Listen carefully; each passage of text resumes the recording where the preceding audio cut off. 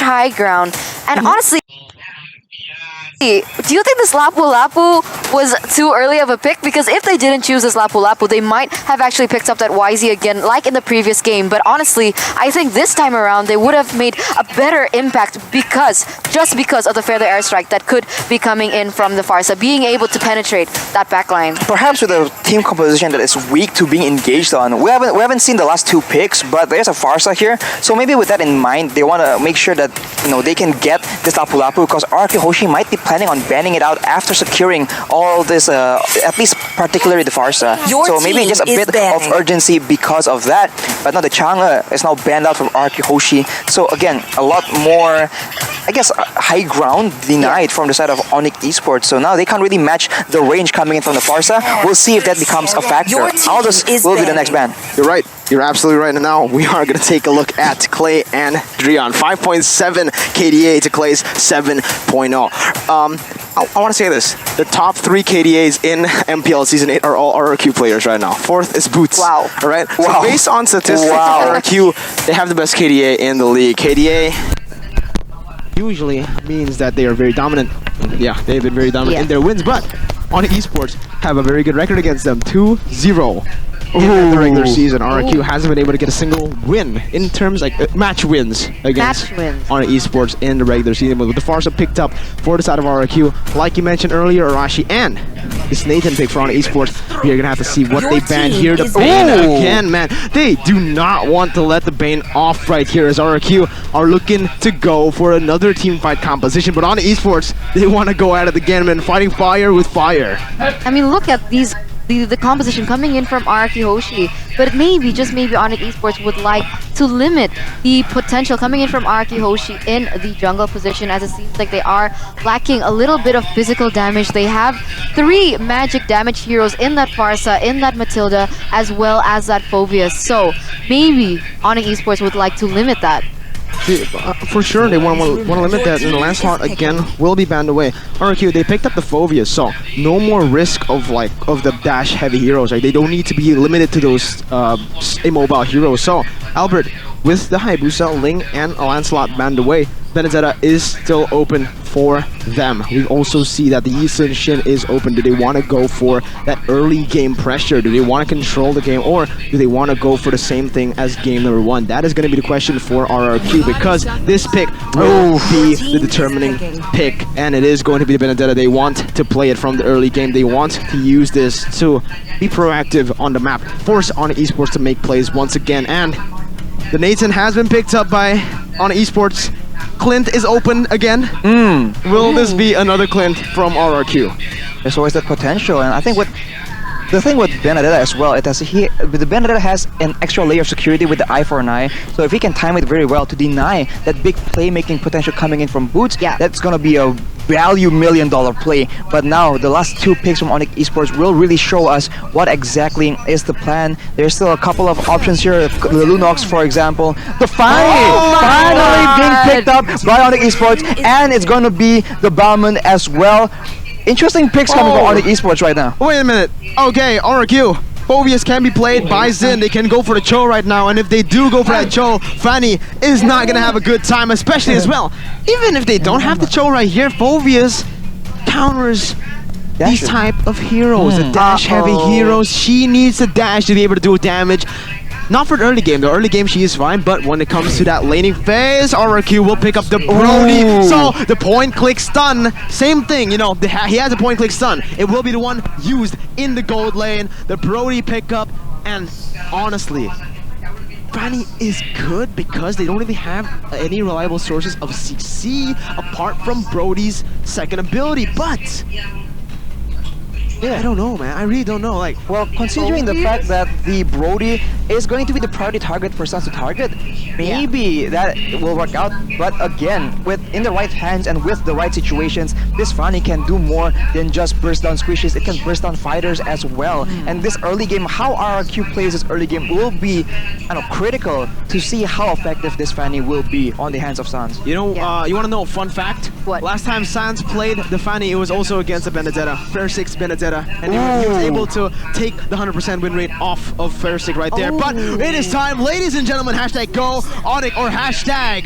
RRQ, Viva RRQ for RRQ right now as we are going to enter the land of Dawn for the deciding game. Will it be RRQ Hoshi taking the match in a 3-1 score, or will it be ONIC Esports getting the tie in the series to force the 5th game here? Tell us which team you support by going for the hashtag right now, because the hashtag battle is going to start right now. Yes, it will start right now as both teams are trying to clear the waves and their respective minions. But as you can see here, RRQ Hoshi going very, very aggressively onto CW, trying to shut him down and maybe possibly taking away that buff. But honestly, it will be CW still be able to take that. But Sans finally going in and coming into play, and Vin goes down with first blood. Yeah, that's what I said. Again, you know, the early game potential from Sans is so good. He can go to any lane. He's going to be so mobile. And the damage, man. We've seen it the past 2 patches, Arashi and Eterna. This hero has been buffed. The base damage on every single ability has been buffed. Vin now going in. Keyboy trying to go for the resets, not able to get it onto the orange buff, but Sans has already rotated here as well. It is going to be a 4v2 though, as Sans is forced to go away. It is going to be Albert securing this orange buff with a little bit of help, but ONIC Esports, they wasted a little bit of time there, and Sans only got 1 buff.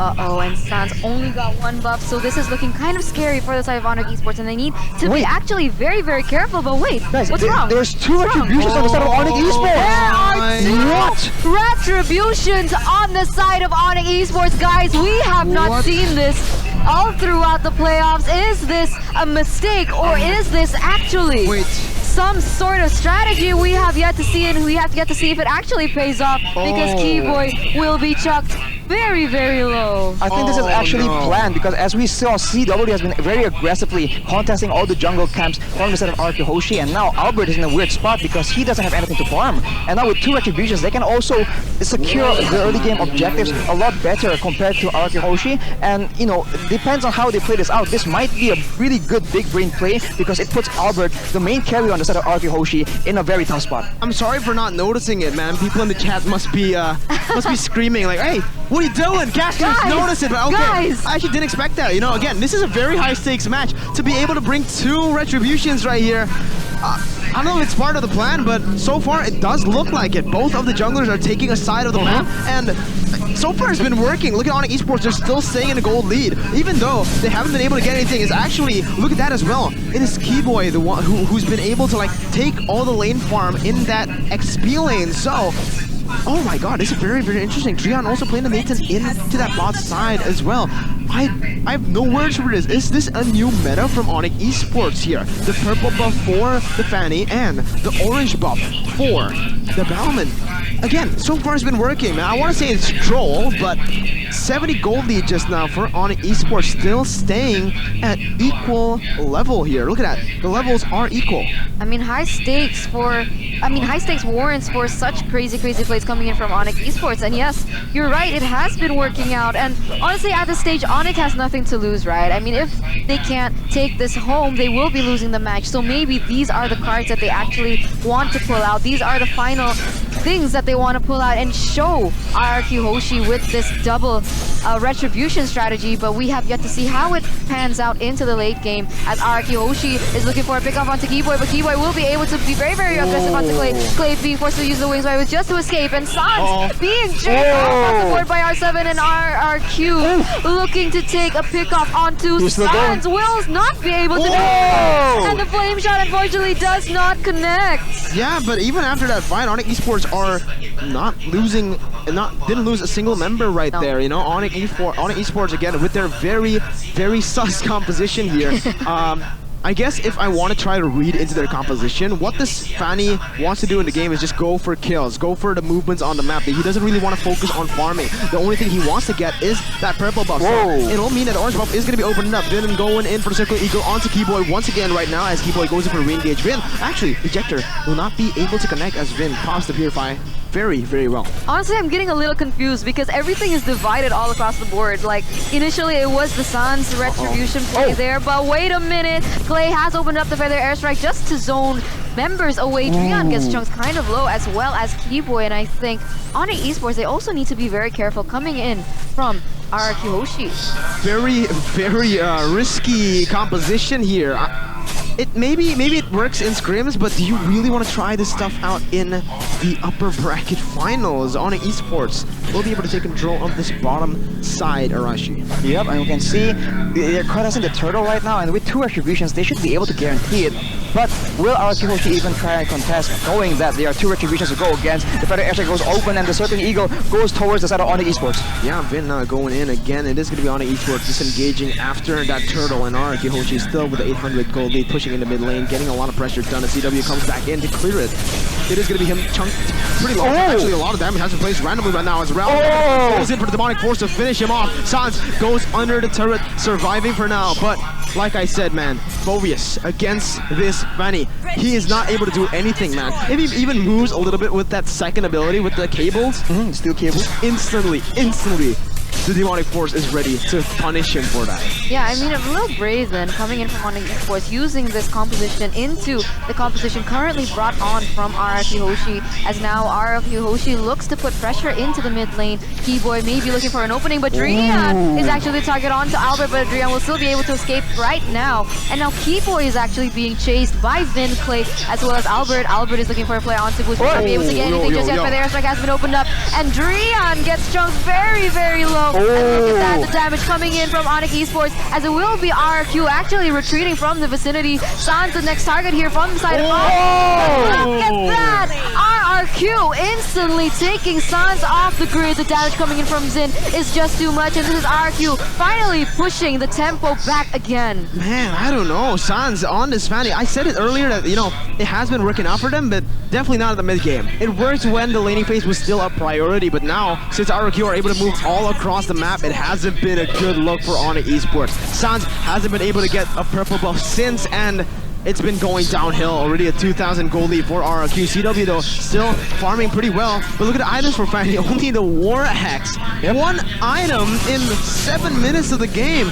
Definitely not what they want to go. Demonic Force moves on the CW, still able to run away with the Circle Eagle connecting. Demonic Force able to finish him off as Boots has, you know, he can't do anything at this point. His team is not in the favorable position to do anything. No, they aren't, as it seems like RRQ Hoshi will actually be having the favorable trade onto this next objective in that turtle, and Keyboy will be trying to take it away, but unfortunately will not be able to take it away from the side of RRQ Hoshi, and this is RRQ Hoshi actually leading with a 2k gold, and it seems like Sans, knowing he can't do much, will be going for the split pushes here, and I'm wondering whether or not it will actually pay them fruition. I don't know. For now, I mean, Sans is going back to the lanes because, again, his whole jungle has been taken by RRQ and CW. So he doesn't really have a lot of resources, doesn't have a lot of things, and surprisingly, ONIC still winning the hashtag battle. Hashtag go ONIC, but where are you guys at? Hashtag Viva RRQ for your team right now. I expect it to be close, but it's gonna be Sin. In a 1v1 against CW, goes in for the the counter, gonna be denied, and Sin gets a solo kill. I can hear the yells already from here, and that's gonna be a lot of damage placed. Jian actually gonna be able to death the kill onto Sin in the bottom side, but again, it is the purple one taken away. Sans now going in onto Albert. Not a good play right there, as again, you don't really want to go for that. R7 though, gonna be ejected all the way to the back side. Vin goes in for the Circle Eagle. Boost goes in for Bravest Fighter as well, trying to deal damage, but he's so low, and it is gonna be RRQ picking up the kill, picking up the turret in that fight. I had a sliver of hope there for ONIC Esports, bringing a new meta maybe to the scene, and that would have been so exciting, but now look at them, they're getting wrecked by RRQ, but honestly, I want to know, why isn't this working here, Rashi? Well, obviously when you have 2 retributions, that means that there's only 3 people getting full value in the lanes, so you're kind of locked into that situation, and despite how effective it looks, it's not as if these 2 junglers can get every single camp, especially since RRQ adapted really well by denying every single purple buff thus far from Sans in that jungle. So again, you have 2 retributions, but what can you actually secure from it when RRQ controls the map so well? Yeah. So that is something that they need to try and figure out, I guess, or you know, I thought there would be more of thought behind this double retribution, but so far it really doesn't seem to be working as intended. I think I might have to rephrase the question for you, Arashi. It's not how has this not worked? How does this work anyways? Like, what was the plan coming into this? How would the double retribution, like, in an ideal world, how would it have worked? In an ideal world, it would deny a lot of creeps on the side of Albert if they can use the early game potential from the Jawhead as well as the Fanny to try and push RQ away. But this will have to wait, Marco. Go ahead. This will have to wait. Sin caught in the midst of everything right now. Still able to run away with him. Oh my god! The healing damage! Roots goes in for 1v5, but it's very, very different from yesterday. He gets slain. The double kill picked up by Zin, and that is all she wrote. Ladies and gentlemen, 2 players taken on for nothing. ONIC Esports trying desperately to get the trace on the bottom side. Will be able to get the inner turret, but is it going to be worth the Lord? The Lord has been taken by RRQ, and man, they're looking very dominant in this game. But yes, continue with the analysis. How would have this worked? Oh, well, right. If the pressure from Sans was able to lock the members of RRQ Hoshi down so they won't make all these crazy rotations and won't push their advantage, then there's an ideal world where Albert as the jungler will be starved for gold and income because of the denial coming in from 2 retributions. Yeah. I think that is the ideal condition. I'm not sure. I'm theorizing this on the fly. But again, that is very, very wishful thinking going against a team as adaptive and as experienced as RRQ. So it's a very risky play. I don't know, again, maybe it's just a mistake and they're trying to actually make the best out of it. We never know. We'll have to wait for more confirmation. But thus far, for sure, it hasn't been working that well. Hasn't been working at all, I should say. We're in the mid game towards the late game, Eternal. Yes, we are in the midst of everything. 11 minutes in and already so much damage and dominance coming in from RRQ Hoshi as they will be leading with a 5k gold, and now they look to invade ONIC. Maybe, just maybe, once and for all. It seems like CW will be trying to do what he can in the front side, but it seems like RRQ Hoshi, even though they are very, very leading in terms of all resources as well as objectives, they were not able to take the invade that they wanted, but fortunately for them, they still managed to take that inhibitor turret in the mid side. Yeah, top and mid has been taken down. Actually, all the inner turrets has been taken down, as now RRQ are just completely just invading right now. Entropy has been used by Jian though, trying to deal some damage, but the purple buff will be taken away by RRQ. Yet again, contest whatsoever. This but wait a minute. This is bullying. Yeah, Circuit Eagle being used on the CW Lump Burst as well as a lethal counter. Wow. Will not be able to be used. That's going to be a killing spree for RRQ Hoshi and a 1v1 inch 2s in the bottom side. No way. There's no way a level 11 Fanny can go against a level 15 Benedetta. Yeah, and without the purple buff as well. What can a Fanny do without the purple buff, guys? Wow, this is looking like an anticlimactic end to this series, honestly, if RRQ Hoshi will manage to take this. But 12 to almost 13 minutes in, I want to know about the items, Arashi. Instantly from the side of Zin, just the Wind of Nature as well as the Brute Crush Breast. But his role, I think, mainly in this is to just help with the siege, because again, with the Farsa and with a marksman like Brody who can chunk towers in a way, it's just a lot of damage when they don't have to force any dives, anything too crazy. If they just stand and just, siege these towers slowly and surely, they will eventually come out on top here. So no real urgency for them to do anything crazy. The pressure is on ONIC to try and make something happen, and I think if anything is ever going to happen, it's going to be in the hands of Keyboy, because he is, again, one of the only free kill who can actually make a big play without, getting absolutely countered or punished. This is very, very weird for the side of ONIC Esports, picking the 2 junglers right now. I don't know if that was the plan. Again, I still don't know if that was... I need some clarification, honestly. The longer the game goes, the bleaker it looks, the more it doesn't look like an actually valid strategy. So. They have 2 retributions. Ironically, though, their entire jungle has been just controlled by RRQ since the mid game. I don't know what to say at this point. Zin just taking purple buffs. Like they've been constantly being able to get double buffs all across the board, even though ONIC has 2 retributions. Yep. And if you look at the player's gold here, it will be he's Zin. Look at that side! He's dead. Wow! With the mega kill, he gets taken down for the 3rd time. And again, very, very bleak for the side of ONIC Esports. Can they come back from this? I want to say yes. Question. I really do want to say yes, but with 2 retributions, with only Drian doing damage in late game, I feel like RRQ have so like Phobius counters the Fanny, right? Super hard. So this Fanny, even it doesn't matter how long this game goes. If it goes to the 15-minute as well, the Phobius will still counter the Fanny. So the only one who can carry this team is Drian. Well, honestly, the thing was that when Boots so far has been able to make a big play, there's a clear win condition, you know? In the previous match, when we saw him make the huge play, there's a clear target that needs to be focused down. But with the composition right now for RRQ Hoshi, who exactly is a person? Everyone is doing insane amount of damage, and everyone in a way counters one person on your team. So there's no real easy solution to the situation.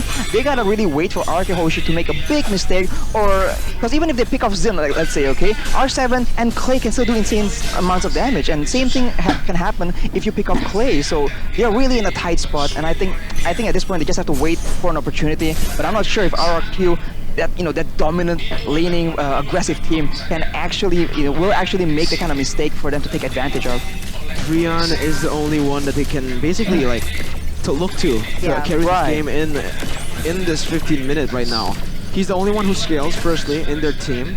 Secondly, he's the only one who doesn't get countered, I feel like, you know? They have two melee heroes. They have the Jawhead, who can't really go for the engage against this kind of team with two Purifies on the immobile targets. So much disengage, so much engage. Win again. He's able to zone them away with a feather airstrike. Drian gonna get popped. Boots goes in for Bravest Fighter, unable to get anything done as a Circle Eagle will be able to connect onto Boots. Purify perfectly timed right there from Vin. As Zin goes in already, dealing some damage. Going for as well. CW is gonna get taken down. It's gonna be RRQ picking up that unstoppable. But remember what I said? Wait a minute, Sans goes in. A lot of damage has been placed. But wait a minute, this might be the turnaround actually. But it's gonna be the ejector coming now and again as ONIC Esports. I thought for a moment they would commit into that fight and look for something, but it is just gonna be two inhibitor towers taken down as RRQ. Very similar to the first game, 10,000 gold lead. Well, 10,000 gold lead indeed, Arashi. We'll see if they can actually make that dream comeback again, but with how it is, as I mentioned, RRQ literally doesn't have to force anything to happen. If they just play standard and just siege like this, the insane advantage in range coming from the torn apart memory of Sin, as well as the feather airstrike from Clay, will just be,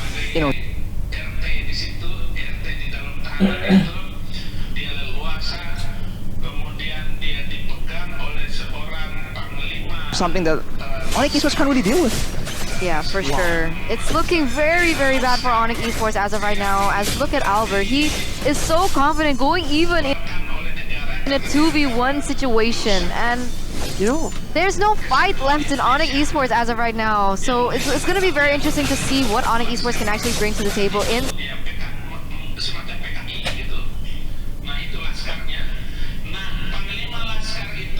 almost the 17th minute. As I don't know what to say, guys. I'm so lost for words. Yeah. Apart from what you've already said about the draft, Arashi, I do want to add to the like why maybe ONIC Esports picked this draft. I think now with the two junglers that they picked up, both of them really good in the clearing in literally the first levels, right? The first few levels they're so good, and also first few levels really good at invading. Right. So I think this composition can work, but not against a Benedetta jungler. If you force RRQ to pick something like the Yi Sun-shin, would have been great. Would have been great. Like Yi Sun-shin would have been just completely zoned away from any of his buffs. Falman gonna go invade, Bunny as well. So technically it can work.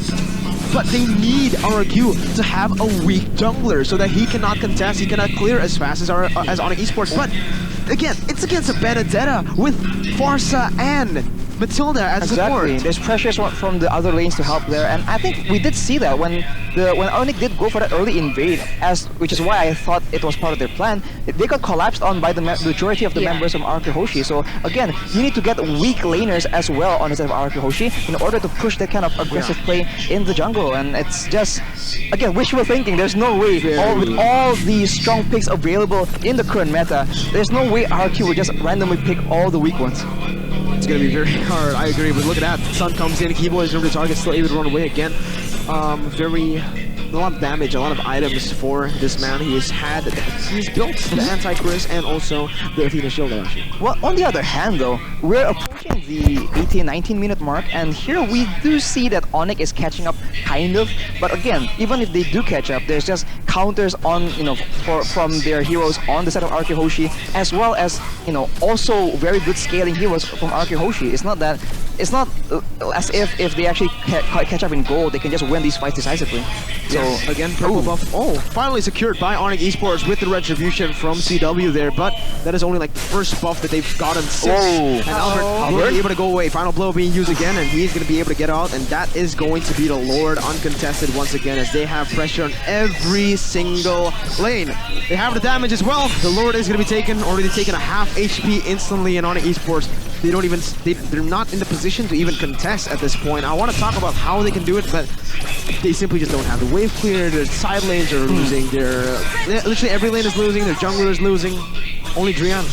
Maybe in the push towards the end, with the base at their backs, ONIC can actually mount a good defense and maybe catch RRQ a bit overzealous to end the game. It is approaching the 20-minute mark, and RRQ has been very dominant. So perhaps in an ideal world, yet again, maybe RRQ will get too impatient to end the game that they've been stomping so long in, and actually make a mistake that ONIC can take advantage of. But again, very wishful thinking from a team as neat and as dominant as RRQ. 10,000 gold lead, sticking at that 10,000 gold lead mark, as they are going to try to clear the ways right now. Fanny trying to go for the split push, but again, has been used towards T-Boy. Got him in as well, trying to bring the members from the side of RRQ to come back, but it's going to be a two-way push coming from the side of RRQ. Stun has been used onto CW. A lot of damage has been placed as well by T-Boy. Kind of blow being used to the backside as well. Going to be a lot of damage placed onto everyone. Ejector will be able to connect onto Vin, but Sans just doesn't have the purple buff, doesn't have the resources to be able to contest on the team fight. Drian, excellent chopping block with Morning Force, clearing him down. That's going to be RRQ securing the M3 ticket, going in to M3. Look at that, the taunting. They're talking about it. They're probably saying, I think they're calling boots. Yeah, they're calling boots right there. Oh, some drama is showing here, but the first grand final position and the first M3 ticket will be secured by RRQ Hoshi, a team who was knocked out instantly in the first day of the playoffs back in MPL Season 7. They've reclaimed glory here. The entire roster, they literally revamped their entire roster. They went in, they trialed every single one, and it has worked amazingly here in MPL Season 8. Going all the way to the second, to the first team to go to the M3. High emotions coming from R7. Probably tired of hearing everyone talk about R7. Big words he has at the end of the game. We might hear it at the mic check later on during the highlights. But again, showing to people that, alright, Boot is great, we know, but he can do the same kind of dominant playstyle, especially in that last game on the Phobias. Wow, like no mercy, knowing exactly when to go in, and just it being a very dominant force, countering all the aggression coming in from ONIC, and again, just shutting down any kind of aggression. So clearly a lot proven by R7. But now we might actually go into the interview with Bude Mongstar. Gas satu, tapi tentunya Bude lagi ada di RRQ Kingdom. Ini semuanya berkumpul di sini. Kita bakal langsung menyambut, inilah dia RRQ Hoshi. Semuanya lagi berselebrasi kemenangan mereka dan mereka mendapatkan tiket. Tapi Vin boleh kesini dulu nggak? Atau Clay, boleh ngobrol Clay? Ayo Clay sini dulu dong. Deden from Bogor, kamu bakal masuk ke M3 nih. Kenapa? Masih ini banget ya, hype banget ya. Tarik napas dulu, nggak apa-apa. Boleh kalau mau puji syukur, mau ngomong, mau teriak juga boleh. Nice. Ya alhamdulillah sih masuk final, apalagi pertama kali aku masuk final terus langsung ke M3 juga kan. Terus kalau M3 alhamdulillah. Deden from Bogor ini di sini masih kelihatan banget adrenalin rush, baru aja kelar main game dan 3-1, hasil yang luar biasa banget. Menurutmu sendiri, kelebihan apa sih yang RRQ punya dibandingin ONIC tadi di match tadi aja? Hokinya lebih tinggi. Hokinya lebih tinggi, humble sekali ya memang Clay. Tapi memang ada daging doser nggak sih kesulitan yang kamu hadapi tadi apa tuh di match tadi? Banyak kesulitannya, apalagi di match yang pertama sama kedua ya kan. Kita sempat ke bantai-bantai, mungkin kita ya reset akhirnya kita menang. Bisa dan akhirnya menang, ngedapetin tiket, ngedapetin kemenangan. Dan mungkin kamu bisa sampaikan nggak sih buat RRQ Kingdom yang lagi mendukung kamu dan mungkin keluargamu yang terima kasih buat semua RRQ Kingdom yang udah dukung kita semua.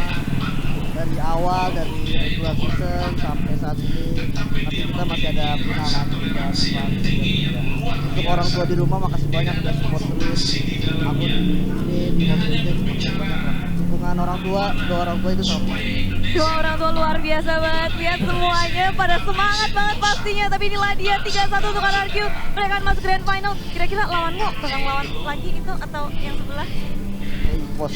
Kayaknya EVOS. Wah, akan siapa lawannya di grand final? Mereka akan menanti esok hari di best of 7. Sekarang boleh istirahat ya. Terima kasih banget. Terima kasih dan sekali congratulations. Langsung aja kita balikin ke caster dan analis. Take it away.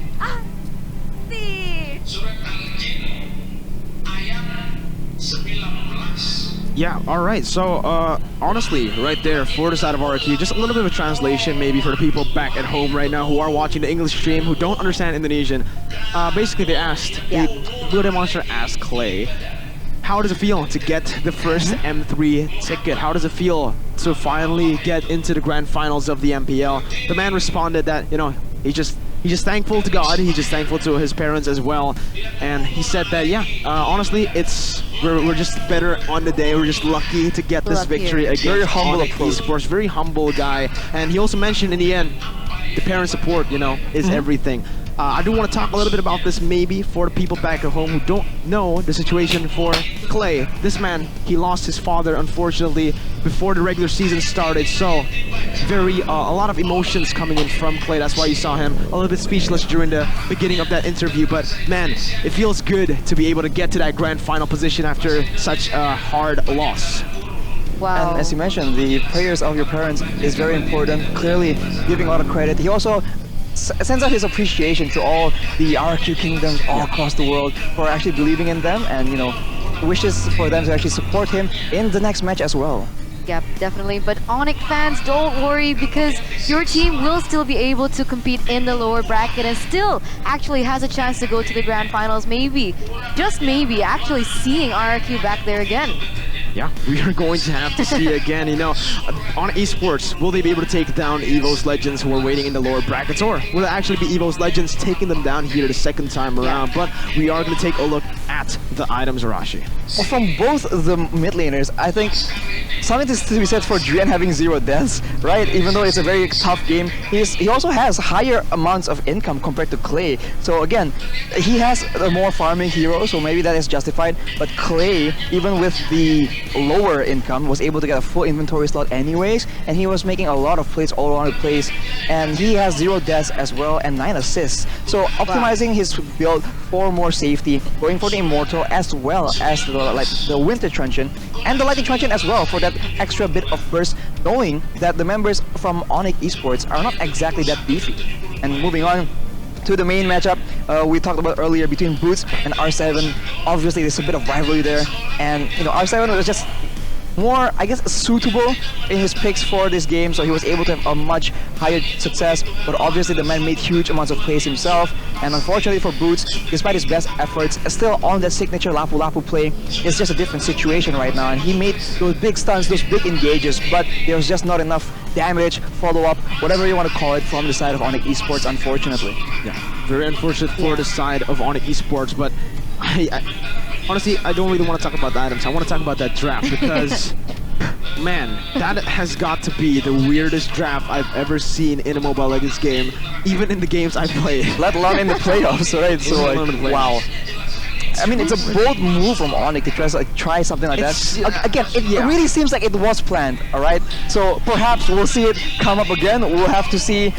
Clearly there's a lot of things to, you know, iron out in that strategy. There's a lot of things, as we mentioned earlier, perhaps in the lanes, in the jungle situation that needs to be decided first before that can actually be applied properly. But again, staying here between CW and Zin. CW with the Retribution here, still almost getting a full inventory slot, so yeah, 5,000 gold behind.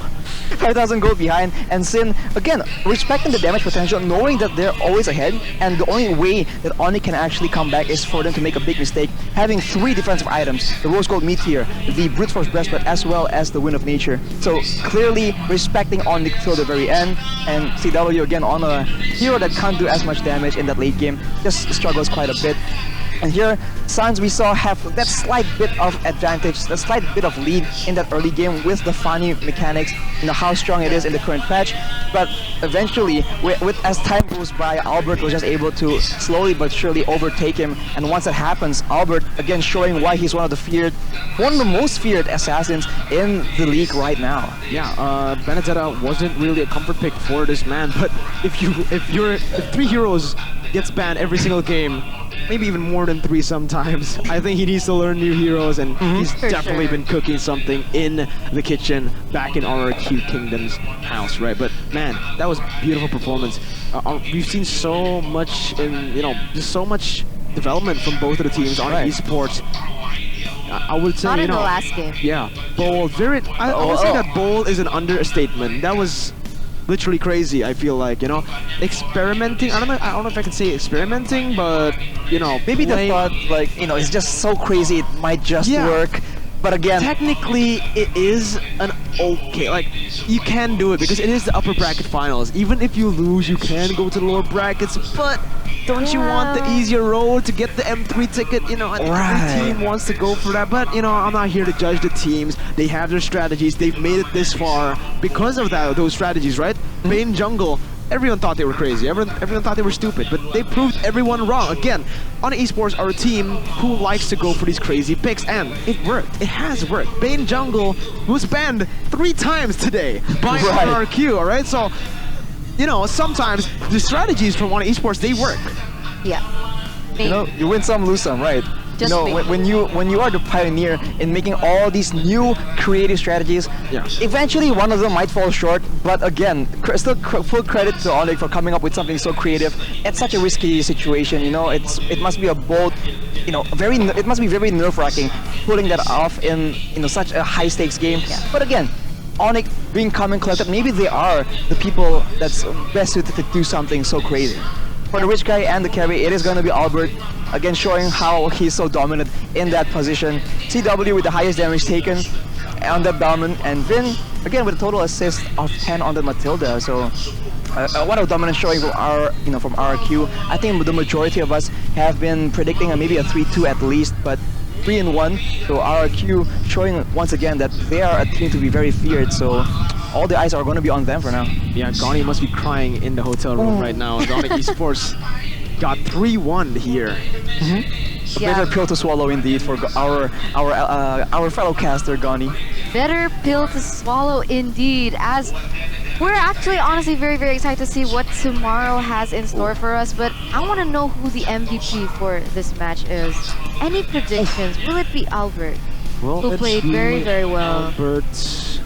Will it be R7 with the crazy plays coming in from him as well? Or will it be Zin? Actually, and as I say his name, it pops up. Is this coincidence? Coincidence? I think not, and this will be the MVP presented to you by Samsung Galaxy A52s 5G. Brody, 7-1-3. 770 gold per minute. As you can see, full items going in for 3 defensive items. The Windmaker, Brute Force Breastplate, and also the Rose Gold. I think he deserves this, right? 7-1-3 on Brody against a Fanny. A Fanny against so many early game dominant heroes on ONIC Esports. The Bauman, the Lapu Lapu as well that he had to lane against, and the Jawhead, remember.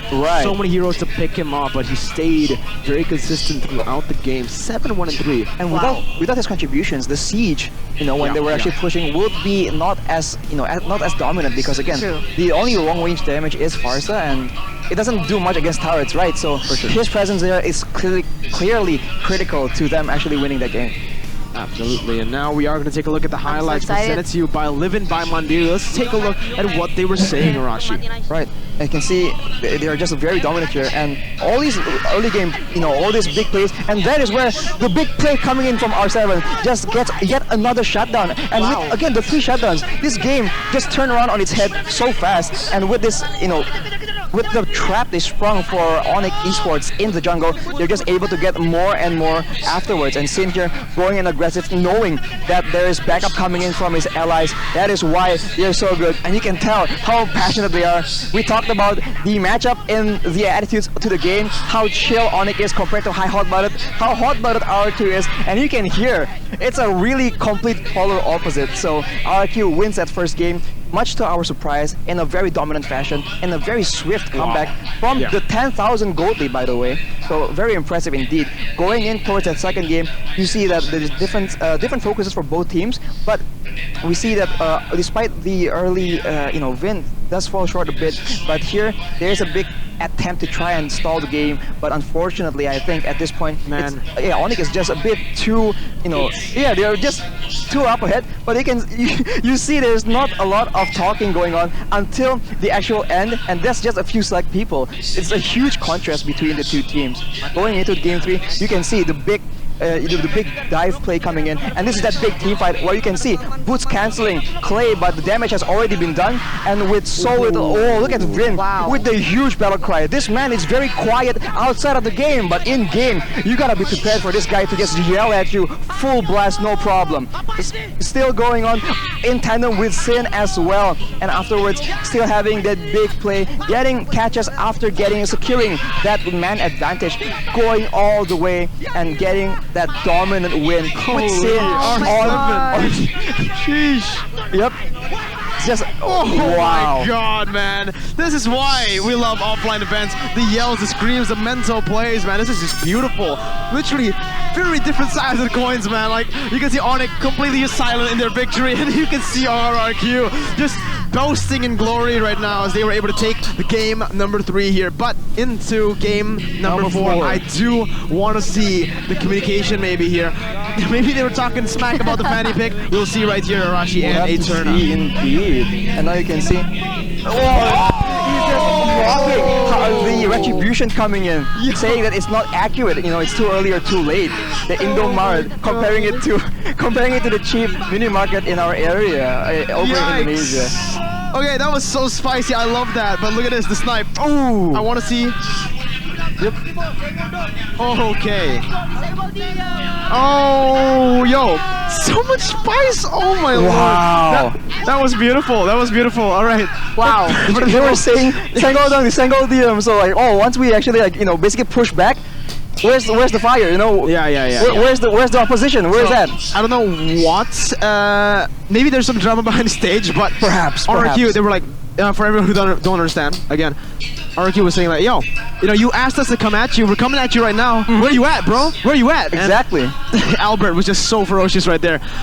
He stole the gold buff away from Sans. They had 2 retributions, and he kind of talked smack about that retribution. I can't really translate that joke into English because it's like a joke in Indonesian, but like a meme. Go ahead and take. Look at that, the epic skins for all you guys back at home. Redeem the codes right now because we are gonna go, and this is gonna be the last redeemable code. Am I not allowed to get one?